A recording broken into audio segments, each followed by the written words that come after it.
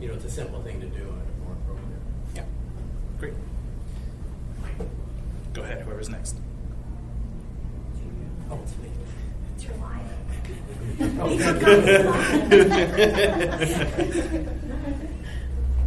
I saw Hamilton the other day. Can I sing this?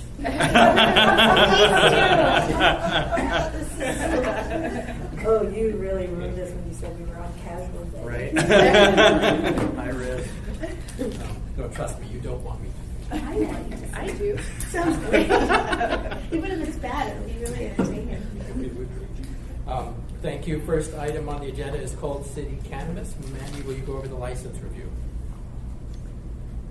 Well, actually, I'll add something so we do more comments. Generally, we have the people in the audience may introduce themselves too. And if the applicant, and a lot of times Jana represents them, but we'd invite the applicant to sit up at the table too so they can talk. Oh, sorry, go ahead. I have a little bit more for you. For the applicants, typically, I have more. whole section there. Oh, second review. Thank you, Mandy. Would you please go over the license review for the applicant? Oh, okay, that's what I said. Typically, we conduct the review and have discussion on a committee with committee members, but you will have an opportunity to speak. For this meeting, we have quite a few members in the audience, so I will open it up to questions.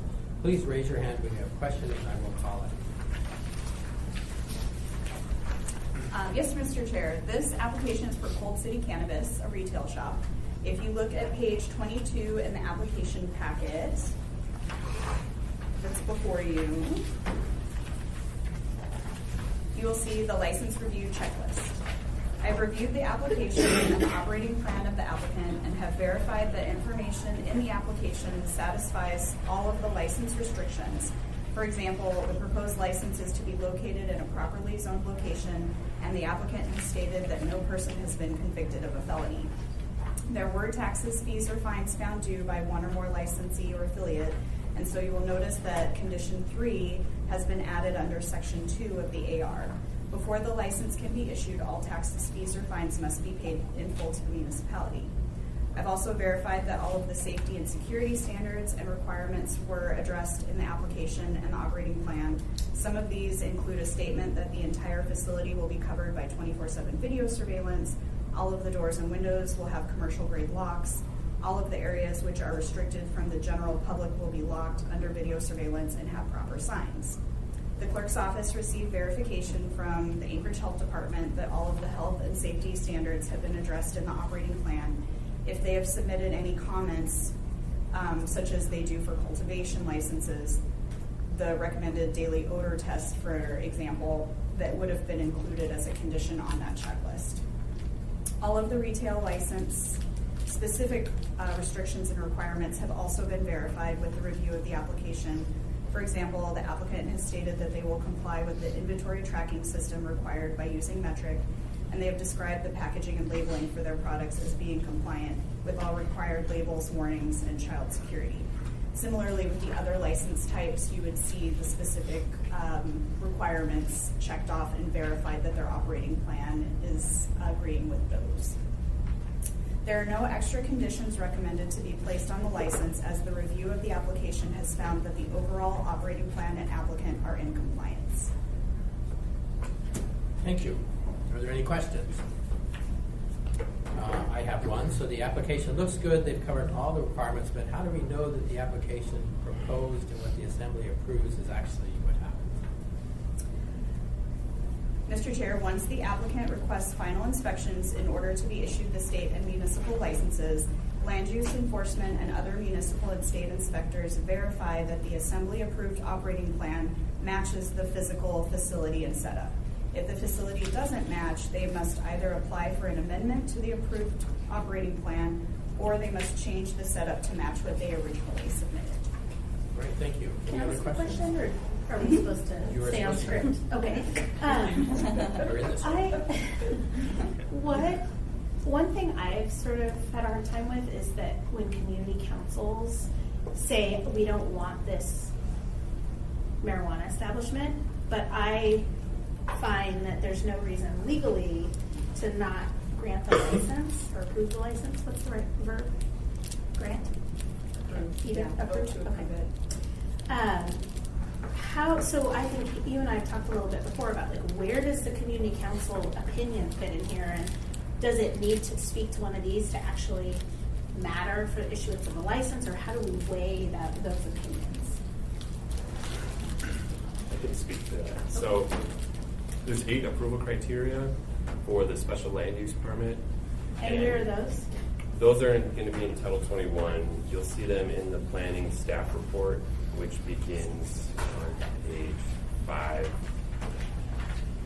So you'll see on page 6, you've got approval criteria A through H, G, A through G. And then in H, so it only applies to retail sales establishments. And not to confuse you, but for the purposes of Title 21, we call them retail sales establishments. For the purposes of Title 10, they're retail stores. Okay. Yeah, tomato, tomato. But the applicant is required to either get a memorandum of understanding with the community council or submit a community engagement report. So early on in the process, we had a number of community councils that, for one reason or another, just didn't want to enter into a memorandum of understanding with these establishments. Some of them were concerned about liability, others were just objected to marijuana by principle.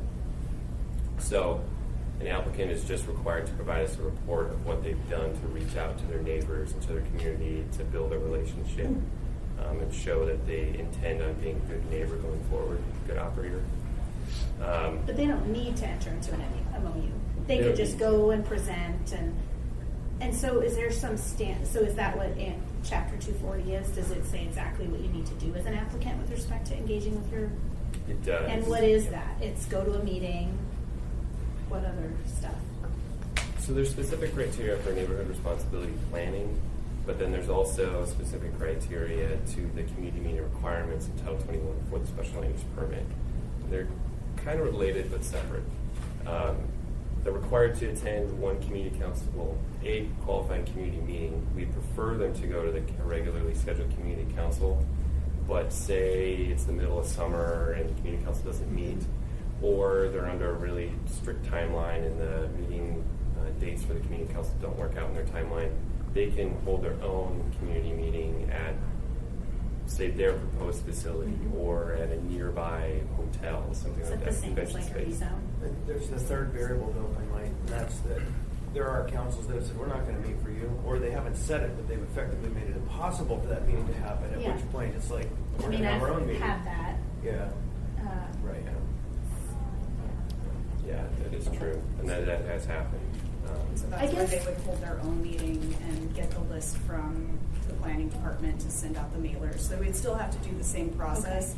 It would just be at a different location. The community council would still get noticed of it, but it would just not be held with being on a council agenda as a So- council meeting. Is it correct if they've held a public meeting and they fit all of those whatever the chart on 20, whatever requirements, that we should approve that license? Well, that's where the assembly does have their own say.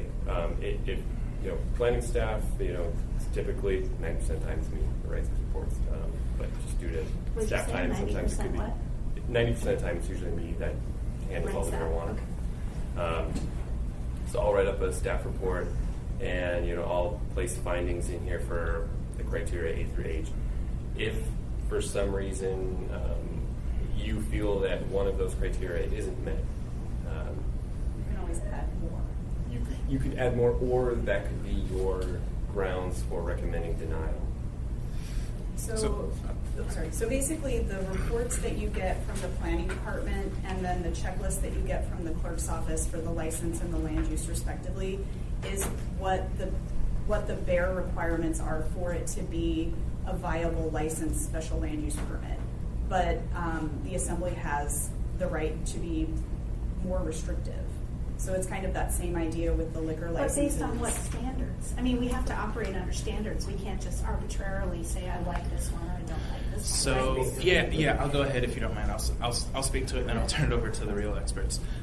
So what most community councils in Midtown what they want us to look at is the significant adverse impacts to the neighborhood. And a lot of them will say, we don't want this license because it's going to have adverse impacts. But there's no real findings to back that up. And unless we have those findings, it's just going to be turned to be arbitrary and capricious. Exactly. So we have to have something, and I don't think, maybe these guys know, but I can't think of one where we've actually found it that it will have significant adverse impacts to the neighborhoods. And I would add that I don't know that that standard of arbitrary, capricious, and unreasonable has been established under the marijuana licensing rules, either at the state or locally. I think that it's not, and I think it's yet to be adjudicated. Yeah. And I think that if and when the time comes, that question is asked, it may be found by a court that because the alcohol rules, that standard does apply, you know, because they're kind of generally in the same vein. But I think that there's much discretion granted under the marijuana licensing more than alcohol licensing. And so we have the right to make a determination just based on, at this time, our own findings, whether they are black and white concrete or they're otherwise But subjective. what kind of findings? Within what criteria? I mean, that's what I'm trying to get at. What So- I'm suggesting is that there isn't a criteria and that we could So make just it your up. own feeling. You And could just say, I don't like If you marijuana, could and so get I'm going to 6 vote no. people to agree with you and make a finding that said that, 5 plus you, yeah. You have to agree with yourself. Which can be hard for some people. For me. So there's still room in the code for figuring this out because it's so new. It hasn't been litigated. Has there been one case that's gone through the courts on a marijuana licensing claim throughout the whole state? No. So it's strangely silent. But it is better for us to have some set of standards, because we want to be able to say, sorry, Krista, go ahead. Mr. Chair, I think Mr. Gage should talk to that issue. Yeah. I can just say that I would never want to deny a license just on the basis that we don't like marijuana. The community councils really like marijuana businesses. You mean to tie it to like Mr. Constant and Mr. Rivera are trying to say tie it to something even more substantial that leads to health, both for public safety of the neighborhood. You know, that's the basis for denying 1088 for license and special land use permit in Title 21 has a little more about neighborhood license, parking and all that stuff. So we might find that pushback from the community councils that you need findings, like we said, that tie it to something that gives it a rational basis rather than being arbitrary. Right, you don't want to just... arbitrary. Yeah. So to add to that, one of the pieces of information that's sent to the community councils if they send correspondence back to the clerk's office is if there are concerns or issues, we ask for documentation. So if they have interacted with the proposed applicants and have tried to work out things on their own, we ask provide documentation showing that you've tried to come into a MOU, or if you've had other meetings to show that they have these concerns, they've tried to address them, there is a history of this, and so it wouldn't be arbitrary. It wouldn't just be your feeling in the moment. You'd have extra documentation that you could use as potential facts and findings. And so that's something that we pass on to the community councils and that you can as well.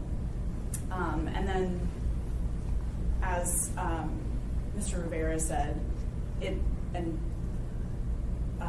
Dean, it's going to have to be based off of those facts and findings if you are going to deny it. And so that's kind of what you've seen in the liquor licenses where we have the check boxes. We would do something similar with a marijuana license if that was the case. Yeah, Crystal or John. Well, I was just going to mention that, we have looked at different things, and we've looked at police reports in the area, sometimes too, and I think F kind of covers that because it really talks about adverse impacts anticipated. That can be wide open, in terms of what you think might happen as a result of this particular license being granted in this particular place at this particular time, So I think there is probably some room, some subjectivity in there that's can't quite put down as criteria or be objective enough. That's a good point. Yeah, John and Chris. I'd point out too, is we have two pieces here. It's like Mandy went through licensing and then Ryan through the land use permit. A lot of times the land use permit is going to be, okay, they don't have no parking, and we never will. Maybe you call them out on that or something, but it's that land use side. you get something pretty concrete. But I think in the licensing, one of the things is it's our job, if we don't think it's in the community interest, I forget the wording, so that opens the door on the licensing. So we may say, okay, well, land use permit looks pretty clean, they meet all the requirements. But there may be things in the licensing that say, look, I mean, I think if there may be people who were totally bad actors with an alcohol license, now they want a marijuana license, that would be nervous, Is that a code in the community interest? Is that codified, or you're just general? It's in Oh, there. it is. Okay, so that's part of the chart on 22. Right. Okay, great. So there, and that gives us a lot of leeway there, because I hate to think that, okay, they went through the community council process, so they're done. Well, no, that's to elicit comments, and I think we should value those comments. So even if they went through, even if they got an MOU, there may have been comments through the community council that we should take into account, and we may deny. Which is why I'm asking, because I really want to take the community council's recommendations into account, but when they say we don't want this, and then I go, well, how do I, and you're telling me they've satisfied everything, where do you go with that? And that's what I struggled with. I think one of the options too is if you do receive those kinds of concerns, the assembly can always add conditions onto the license to specifically address those concerns and not deny the license. Yeah, that's true. So there's opportunities to be balanced in it, to have multiple options. So that's another route that the assembly could take on something like that. And no, could we have done? And Often. yes. Suzanne? Thanks, Felix. Oh, I'll go ahead first. So just so I'm clear on the process, because I think I might be getting confused with how we've handled liquor licenses. We've got two parts to marijuana licenses. We've got the special land use permit, which, as Mr. Weddleton, John said, could be clean. And then when we get to the marijuana license piece, that's when we have an opportunity to subjectively decide to some degree whether or not it's in the community's best interest. Because I thought that item was spelled out. And did you say section 10.8, Dean? Because I'm thinking of, that's where, okay. 1080. Grounds 49. Okay. I think that's when you have your subjective, evidence. You will be weighing the public interest, the public against the reasons, interest in having business and economic development. Right. Because we have this licenses. Because I'm thinking of the instance where there was a chiropractic office, right? The one where, and that was particularly difficult. And I know, Crystal, you had pointed out about how it's not ideal to be like having these businesses kind of their interests sort of pitted against each other in some way, which I thought was a good way to put that. But it's my understanding that we can hear the testimony and then interpret that as to be, potentially not in the or for or whatever, however we decide the community's best interest under then that 1080 is that 10? Okay, thanks. 1088. Chris? Yeah, thanks. There are a couple of examples.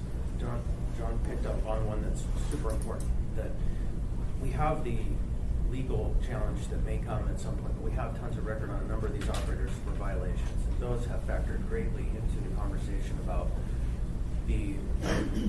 does their operation warrant renewal, or if they had a new license, would that impact it? And so for sure we can evaluate based on other areas. And we had a member on the body who made a point of voting against every license in its state because of the federal legalization and the questions of the letter from the federal government, I forget what it's called, the Cole memo. And so there are a number of reasons why an individual might make an argument against a license. And we as a body have to grapple with that question because it is ultimately a policy question, which comes back to the idea of if there are factors that we can anticipate that would be doing more harm than value to the community. And there's also the other side of the equation, which is, there are some people who would argue that this is a harm to the community, but there are people all around them that say this wouldn't be a harm to our community. And, you get these very interesting differences of opinion, even at a micro local level. So I think we have reserved to ourselves much flexibility in this until such a time as we're hemmed in by legal action. Yeah. Mr. Chair and Mr. Chair, I'd like to just ask Dean if he could just clarify the potential legal standard for Austin, because I think it's just going to be due process and equal protection, because where you have a valuable piece of property, a permit, whether it's taxi or a detective license or any type of license or permit that the municipality grants, and the municipality denies that, it's just going to be an equal protection analysis. Is that right, Dean? In some ways, Yeah. you need to Or apply due process consistently, yeah. In a consistent manner. If you sort of deny one, and then go appeal, go to court, maybe look at all these other licenses that you granted, and then maybe dig into the records and see, really have the same objections from the neighboring properties. Well, each granting particular matter ours because of the neighboring properties' objections. And then go, why, if it was the same or sort of arbitrary, you didn't apply the 1080 grounds consistently, public interest grounds consistently. So I think that's what you need. You want to be consistent to how you interpret that public interest grounds for the license. So we have discretion to interpret those qualifications, but we don't just have discretion to vote against a license without considering those. Absolutely, and you don't have discretion to consider those grounds in different ways for different applicants. Exactly. Okay, thanks. That's helpful. All right. Thanks. I think we are on Crystal. Yeah, back to the script. Just have our own, Yeah, okay. All right, so thank you. So Ryan, would you please give us the special land use review summary? Thank you, Madam Chair. This is a request for a special land use permit for a marijuana retail sales establishment within an I-1 district. The site is located southeast of the intersection of East 70th Avenue and Briarwood Street. The proposed establishment will be located within an existing industrial structure. Approximately 658 square feet of available building space will be dedicated to marijuana retail. This retail sales establishment will be open 7 days a week from 8 a.m. until midnight. And the closest protected land use is a religious assembly located approximately 790 feet from the petition site. The Planning Department has evaluated the application using the approval criteria outlined in Anchorage Municipal Code Title 21, Chapter 3, subsection 105C7, and has also factored in reviewing agency and public comments. We have found that there are unresolved issues with the proposed site plan as well as the parking lot layout to include a parking reduction, discrepancies in parking calculations, handicap accessible routes, driveway width, and the signage of accessible parking spaces. There is also a fence located within the right-of-way East 70th Avenue which will need to be granted an encroachment permit by the right-of-way section in order to remain. And these items are addressed in conditions 7 and 8 on page 2 of the AR. This use is consistent with the Anchorage 2040 land use plan, and provided site plans do not show any major alterations to the building facade or structure that would make it of dissimilar character, scale, or size when compared to surrounding structures. The Planning Department recommends approval of the special use permit subject to the conditions as stated in the staff report. Okay, well, thank you. I'd like to know a little bit more about the condition number 8 on page 2. And in regard to the fence, is it going to have to be moved if there isn't a right-of-way encroachment permit? Currently, the fence is located in the right-of-way. It was an existing fence, but the applicant intends to submit plans to apply for an encroachment permit to the right-of-way section. They will evaluate the application, and if it's viable to leave the fence in place, the permit will be granted. If not, the fence will have to be removed. I remember that. Yeah, so, okay, got it. So thank you. One more thing. I did receive multiple emails from the residents across the street from this site, and they're all very concerned about having a retail marijuana shop in plain view across the street from them and their kids and the park that is right there. So I'd like to propose an additional condition to the committee.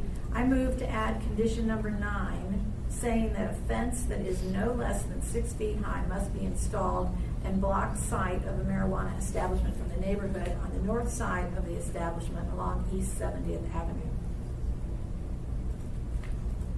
Awesome. Big of you, thank you. Okay, so let's vote. And apparently we voted, and okay, that passes. So Ryan, could you prepare that condition to be added to the AR, please? Thank you. And so this is that blue condition that you would see on page 3 that would be added. Okay, thank you. So any other questions from any other members? I actually do have one question here. So it's not following the script. So You're not this these type of conditions, would you guys normally put them in at the committee meeting, or would it be something that's prepared as an amendment and added during the assembly meeting? Could be either, right? No, it's always been an amendment. Yeah. Okay, Yeah. got it. Because the item is introduced, it's in the queue, it's up for hearing. That's true, yeah. Yeah. All these conversations are about that item, so it might end up in an S version, an amendment, it just depends on who the parties are. So then one Yeah, of you you wouldn't or see a committee this. member would just sponsor that amendment. Okay. Yeah, you wouldn't actually see this on Got here it. like this. Right. It would be a Okay. regular amendment. Cool. Okay, for the applicants, you've heard all the questions and discussion. Is there anything you would like to add? I just want to address the condition to be added about the fence. We've already talked with the neighbors and know that they have concerns, and we've already decided we're willing to add an additional fence so we can be good neighbors. So are we good to start working on our facility? This committee is only 6 of the 11 members. We'll make a recommendation to the whole body at the meeting on Tuesday night, but the whole body is the one to make the final decision. So I encourage you to be at the meeting in case there are any questions from other members. After the assembly votes on your application, then the clerk's office and the planning department will be in contact with you about what you need to do. Okay, so what is the recommendation from this committee for the license and the special land use permit? I move to recommend approval with the added condition. Okay. And apparently that passes. Okay, so thank you all for being here, and we'll submit the committee's recommendations to the assembly along with an amendment on Tuesday night at the assembly meeting. So are there any other questions? Thank you all for being here. We're adjourned. No questions? Separate. Separate, but more on the overall proceedings of committees. So I remember hearing at some point somewhere along the way that it's not advisable to have, or maybe not legal, I don't know, a committee of the whole make a recommendation on an item coming before the body, because you already have a majority of the members present and effectively are perhaps predisposing a decision before a public hearing, before the process has made its way through. A, is that the case? And then B, does that also then, when you have a committee of 6, which is a majority of the body, and kind of get to the same point? If you have a unanimous recommendation of 6, then you have effectively had a conversation. And so I don't know if there's a legal standard there or what the rules are. I don't either. I'd have to look it up, or if Dean knows. I can't say for sure, but you do want any grounds to be in record and record that can be produced for an appeal. So in county meetings, you make sort of a predisposed decision there, and then at the assembly meeting, it's just we all vote to deny this license, so I vote no on the license application. The assembly meeting record doesn't have the findings and the information you need to understand the basis for that decision, but we do have committees recorded, so I guess it would be the attorneys to the appeal, if they're smart enough, will ask for the committee recording, and they don't find enough in the assembly's record, meeting of record. So if it's though nothing in the record in the committee or the assembly meeting, it's not going to put in that it's just going to be revoked or predisposed decision off the record. So if I might, then does that mean there is no known or understood prohibition on a committee of the whole making a vote of a recommendation on a matter coming before the body? I don't know of anything, but I'd have to look. Okay, because I certainly have heard that, but thank you. I mean, That's an interesting point. it seems like conceptually, it's like you're recommending it based on what you've seen, but if there's some public testimony that changes people's minds, they could vote differently. So seems like it would be okay. To me too, I heard it at some committee It's meeting interesting. somewhere, somebody said that, and I didn't hear a basis. Well, and I'm curious, so when Amy served on CED, did she always vote yes for the recommendations? Did she not vote? She voted no on the recommendations? Okay. And it was Amy who mentioned it, but it was mentioned it around committees of the whole, which have an unusual position because it's everybody. Because, I mean, I can imagine a situation where assembly members will vote yes to at least move it past in the process, but they might be personally opposed to it. Yeah. It's interesting. Thank you. Did you guys have any thoughts on that? Somewhat we dealt with that, and we had this discussion. That's why when we went to, is there a quorum? To kind of, okay, we're going to up the game a little bit here and make it more explicit. So we've been doing it. I'm comfortable enough with it. It's a little less, early on, 2 or 3 years ago, there was more confusion in the packets, but now applicants seem to have it. I mean, when we had somebody come before and they had library fines, we haven't seen that. They're taking care of that. They're being warned beforehand. So it's really gotten a lot tighter. So there's probably less need to, give a recommendation now. But beforehand, there was a lot of confusion. We were still working things out.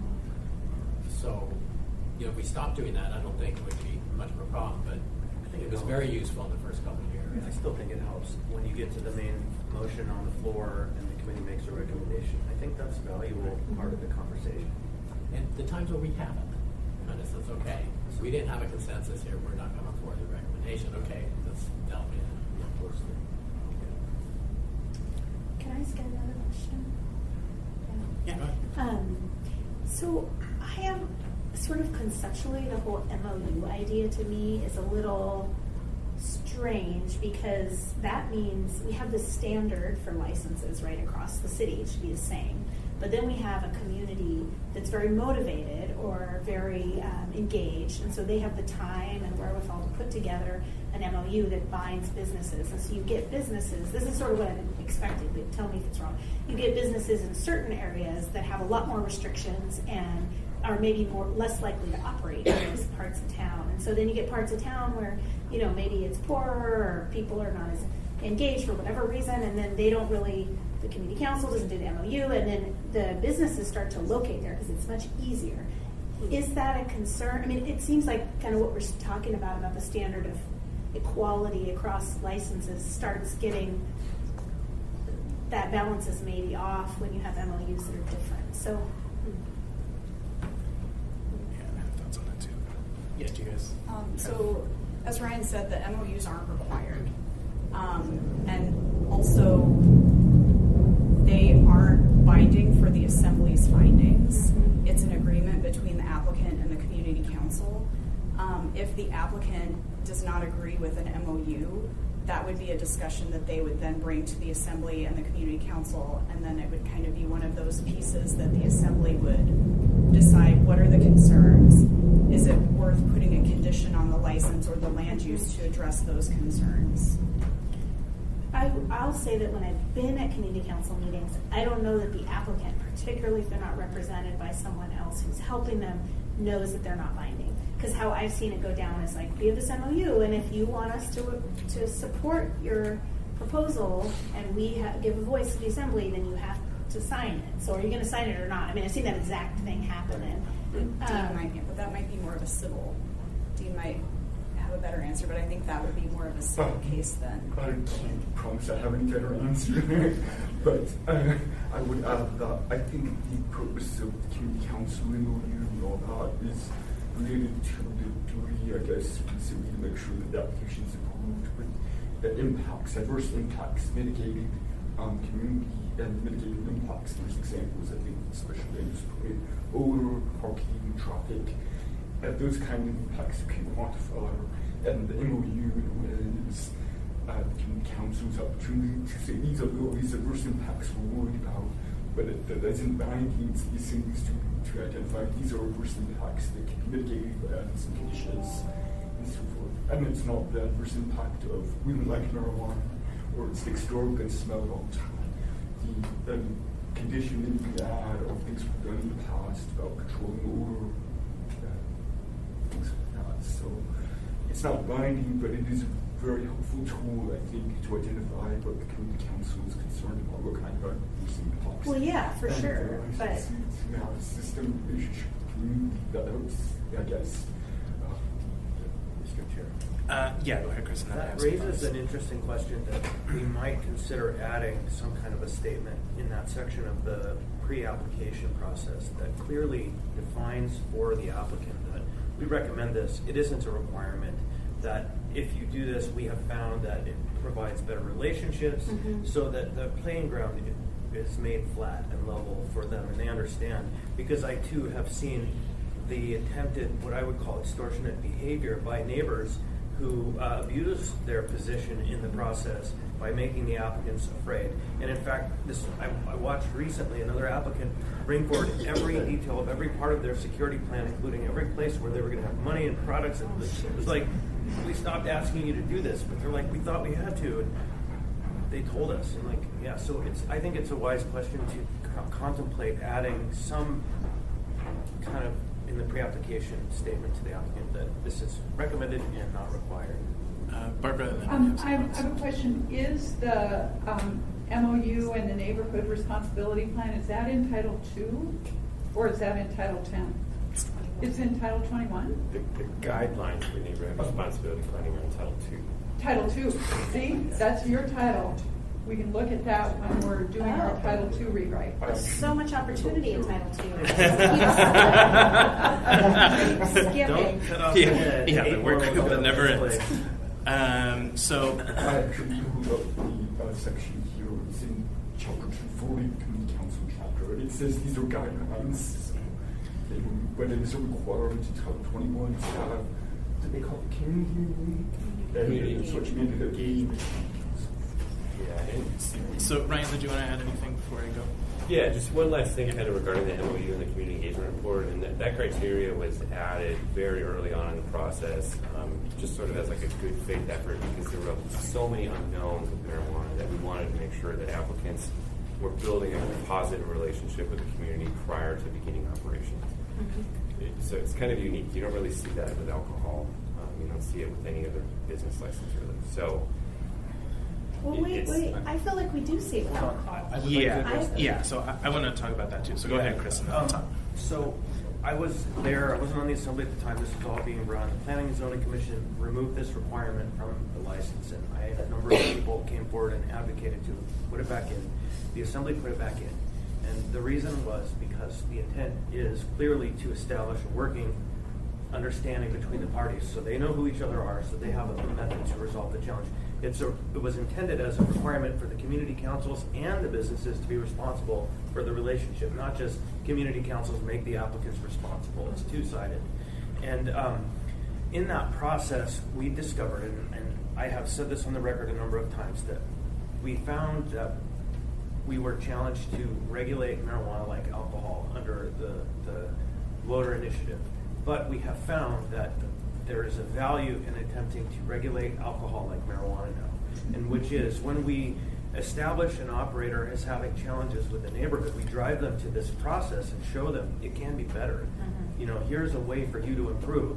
And my long-term hope is that we add into the alcohol licensing process, again, not a requirement, but a recommendation that you do this work so that, because we're finding it helps when people know each other, know how to talk to each other.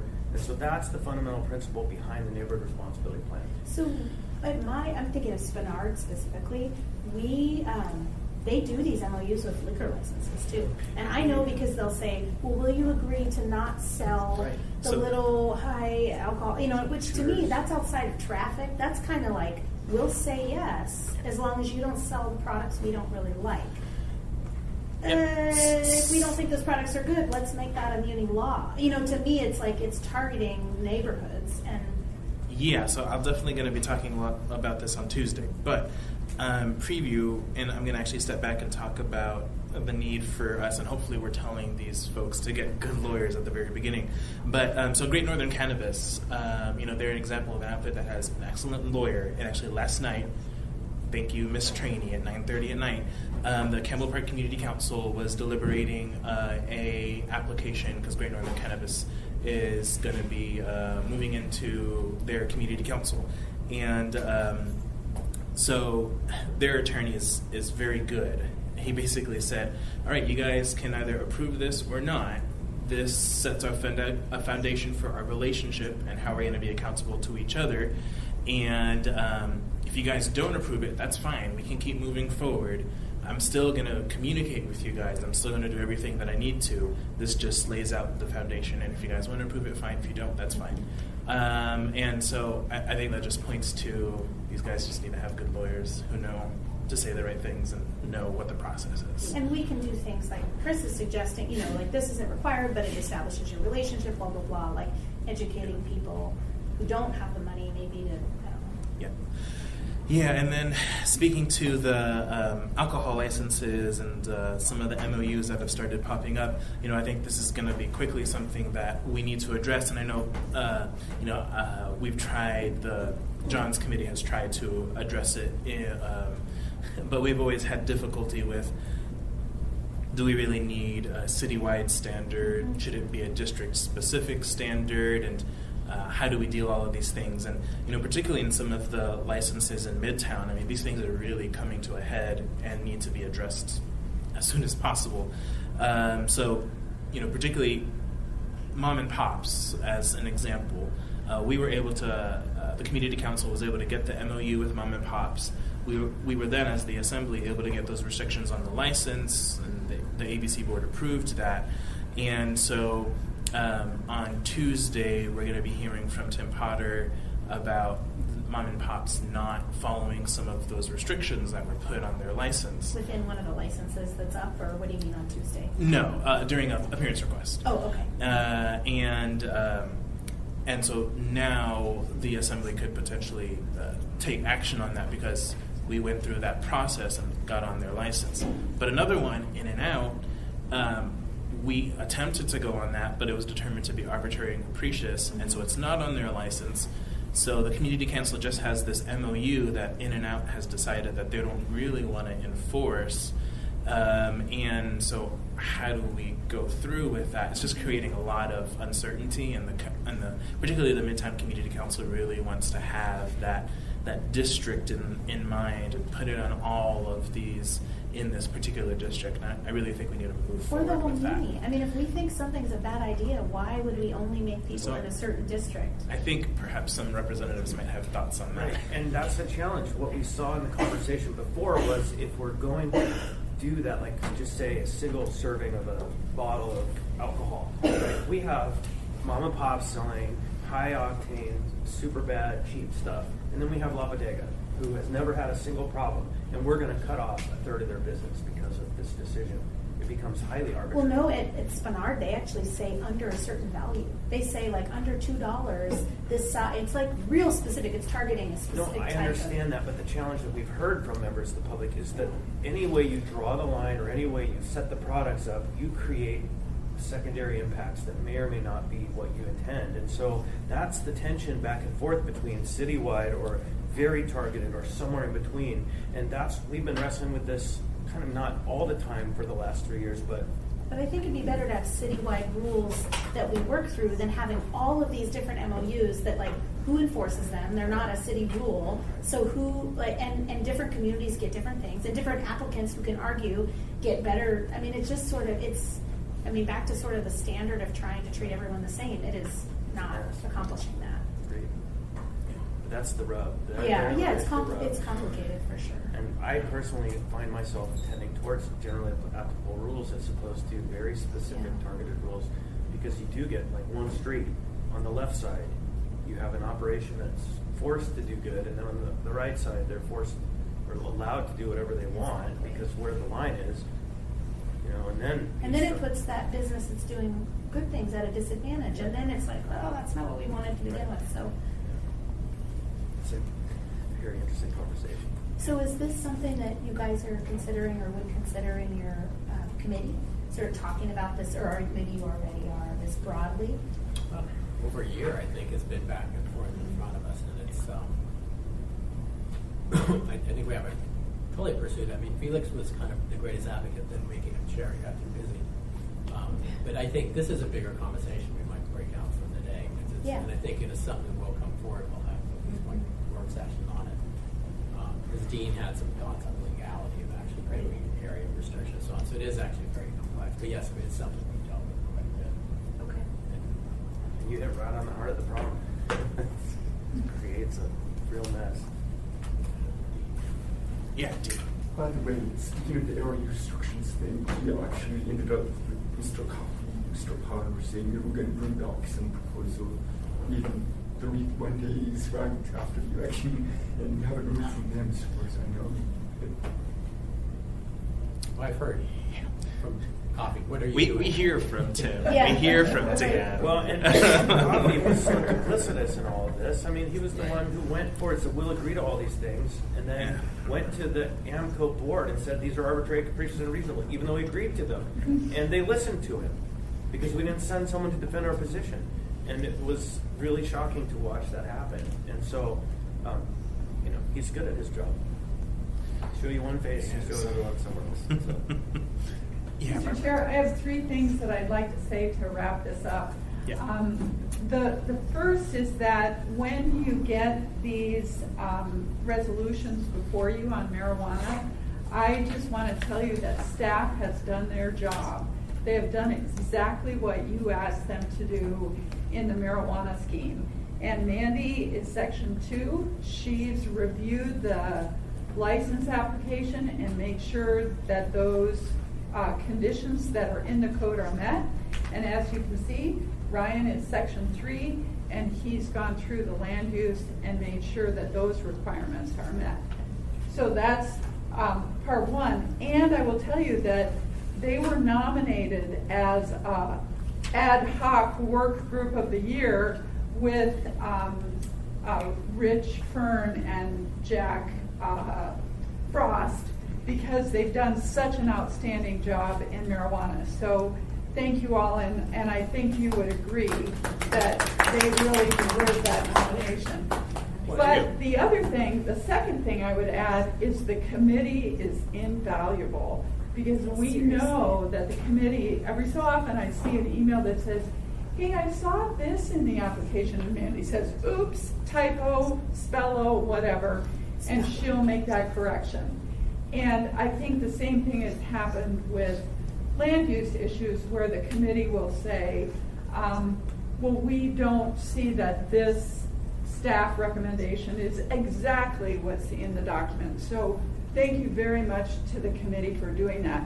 But I think it can assure the rest of the members, when you get these before you, you really are at the bottom line looking at what the community council and the public comments are. So I think that should give you lots of assurance by the time these get to you. So that's 1, 2. Thank you all for doing this. Sorry, I have more to add. Oh, okay. If I can. Thank you, Barbara. Just a couple things that we have dealt with in more detail at the committee that we don't so much in the assembly. And some is like protected uses, and we'll look somewhat closely at that. What is the distance? And there have been cases like we had a driving school. Is that a school? They said they're a school. You got to be away from a school, and we spent a lot of time on that. There's another. Is it a religious group or not? Is it protected? So the protected group, sometimes those definitions are not crystal clear. It's a gray area. So we do kind of watch that. And then I'll go to the comments from departments, and sometimes they've been resolved by the time Ryan's got to it, but they don't always match. They may have an issue, and we'll discuss those. Why is it different? And because it's been resolved, so or not, you know. There's also Chugach Electric and MLMP have to prove on a cultivation doesn't have enough electricity, and that's kind of beyond us. It's gone pretty smooth. But Phil Steyer comes every meeting just to reconfirm. On the land use stuff, is there enough parking, landscaping, the walkway, things like that? And just kind of looking at that, how did that work out? So those are often points we discuss. And then a lot of times, what they did in the state application, which is in the thicker packet, doesn't match what's come forward in the city one, because, they learned at the state level, okay, well, that one works so well, we made a change. And, I kind of look for consistency and where is it? And in some cases, if it's a square footage of the operation, if they have it wrong and they increase it by 20% or something, it has to come back to us. So the question is, okay, which is it really? make sure in their hours of operation is another one. Some will say, well, we're going to only operate noon to 6. They say, you know, you're going to change that to 10 to 8 in 6 months. Do it now, so that's their maximum thing, so they don't have to come back to us. And it's kind of looking at things like that. So a lot of that's done at the committee level and hashed out. And then that way we don't have to deal with it Tuesday night meeting. I would just briefly add that we have another job that's kind of amazing that we're able to do, and that's just using the security plan as a benchmark. We're able to affect the state's rules and implement safer policies for the whole city, you know, because when we came to the conclusion that we were providing much too much information to the public about very scary products, we were at one side concerned we don't want security threats in our neighborhood, and at the second we were providing roadmaps of security threats in our neighborhood. We changed our policy and the state followed us. And so it's an amazing team we're working on here that's doing this work. And again, that there are 0 court cases that have yet to come forward on this. I mean, there will be one at some time, but there are 0 at this time.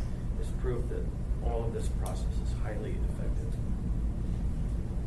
Yeah, go ahead. So all what we've been discussing in the last hour has been for new licenses. So then for renewals, is there a certain page you direct us to where you go through the same? So through the chair, the renewal application AR looks kind of similar to the liquor licensing one. So on page 1, these are the findings of the license review, and it lists out, I believe there's 8. And so that's what you would look at. They don't owe taxes, fees, and fines. Okay. There haven't been any changes. Okay. So there is a page in the application packet that you get that shows per code any changes from their application that you saw previously.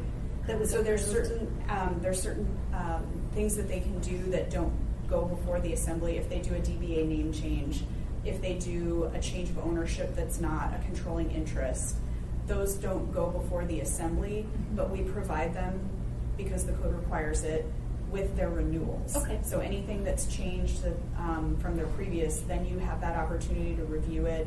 It brings them current with where they are operating at that time.